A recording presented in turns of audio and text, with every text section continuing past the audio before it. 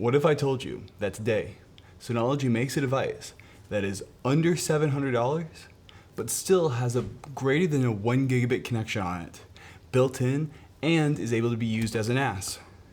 You'd be shocked, right? How shocked would you be if it was $300? I didn't realize Synology could put a 2.5 gigabit connection on a device costing less than $500. Who knew? Well, it turns out they can. This right here is the new RT6600ax, basically Synology's new Wi-Fi 6 device. And it happens to have two things important to make this technically a NAS that's faster than any other NAS in its price point. And that is this and this. So this device has a single USB 3.1 port on it. I think it's 3.1, it might be 3.0.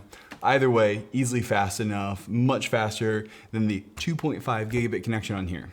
So this has only a single 2.5 gigabit connection, which means the only thing you can use it for are really two things. One, aggregation. So you want to have like multiple 1 gigabit uplinks to a 2.5 gigabit device. You can use that. Or two, the data has got to come from the NAS itself, which is the case we're talking about here. So if you're watching this video, it is actually over 1 gigabit. I've not had time to test it yet, and I kind of want to do the full thing on camera. So we're going to go ahead and test this thing out and seeing if this right here is Synology's fastest NAS that costs under $700, because that's the price of the DS1621 Plus, which is currently Synology's cheapest NAS that has the ability to have more than a 1 gigabit connection on there. Now, other devices do have the ability for link aggregation, but that does not get a single client above 1 gigabit speeds. And also, SMB multi-channel has not been enabled within DSM. So technically, this is a very technicality video, but it's more of a fun experiment to see how fast this router can actually be a NAS. And so hopefully, if this device right here gets a 2.5 gigabit connection on there, I really hope that the kind of like prosumer like DS922 Plus and DS722 Plus get the 2.5 gigabit connections on there, because they make a lot more sense to have on a NAS than a router like this when there's just a single 2.5 gigabit connection on the router. Now that being said, there have been some rumors that have shown that there's one device that does not have the 2.5 gigabit connection on there, but I think we're still good. I think there's still enough room for them to put it in there, just because that device did have a 10 gigabit slot on there, which for me is all worth it. But I'm trying not to comment on those rumors yet because they've not been totally confirmed yet. Though, let's be honest here, they're pretty official looking, so I might do a video on that anyway. All right, so the plan for this is to make this NAS using a little USB SSD plugged in to the USB port back here, and then I'm gonna have my computer hooked up to this 2.5 gigabit LAN port. And we're going to see how fast of a NAS this router is.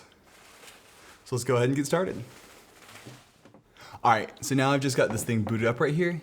And so the thing we do need to do is we need to do two different things to make this work.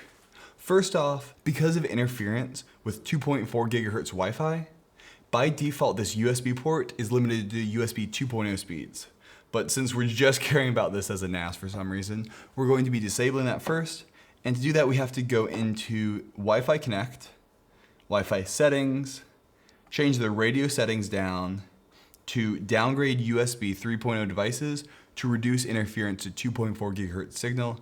We're going to untick that. And now it's going to make us reboot. So we're just going to go ahead and say reboot now. And we're going to go ahead and wait for that to reboot, because it does not have a super fast boot time at all. The NAS is, it's about the same speed as the NAS probably, but it probably takes 2 minutes to reboot fully. All right, and so now that that's gone through and rebooted, we just need to go ahead and set up as a Samba shared folder and allow that to happen. The reboot actually did not take that long. So to do that, we're just gonna go into Control Panel and enable the SMB file service, aka Windows File Service, and go ahead and hit Apply. Now, this is something they should not do. And I'm actually this is a very dumb thing that they've done. I really hope in a future update they do fix this.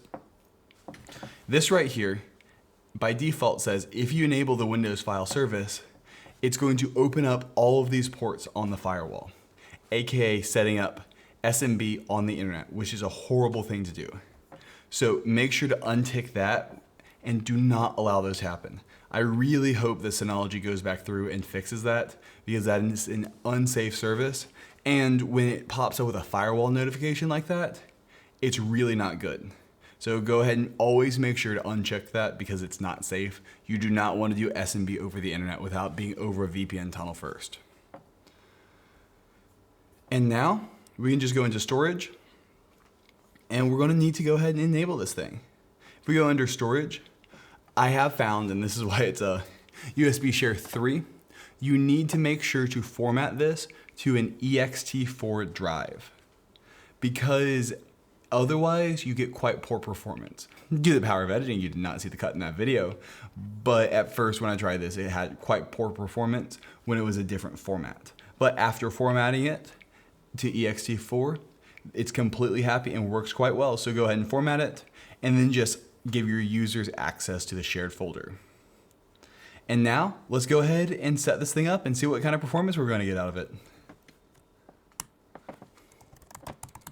So just connecting into it over macOS like usual, just how I would with any other NAS, and I'm just going to do a Blackmagic disk speed test, and let's see what the kind of performance we can get out of it.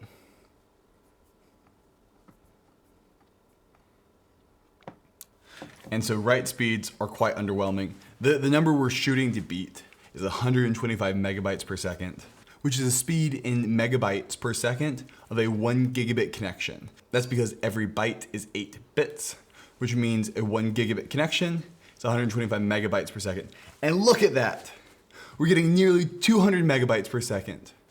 That means technically this right here is the fastest NAS that Synology makes for under, what, $700 or $800, whatever the DS1621 Plus is. That's the cheapest NAS they sell that's got a 10 gigabit capable device. And then there's a $100 add-in card for that.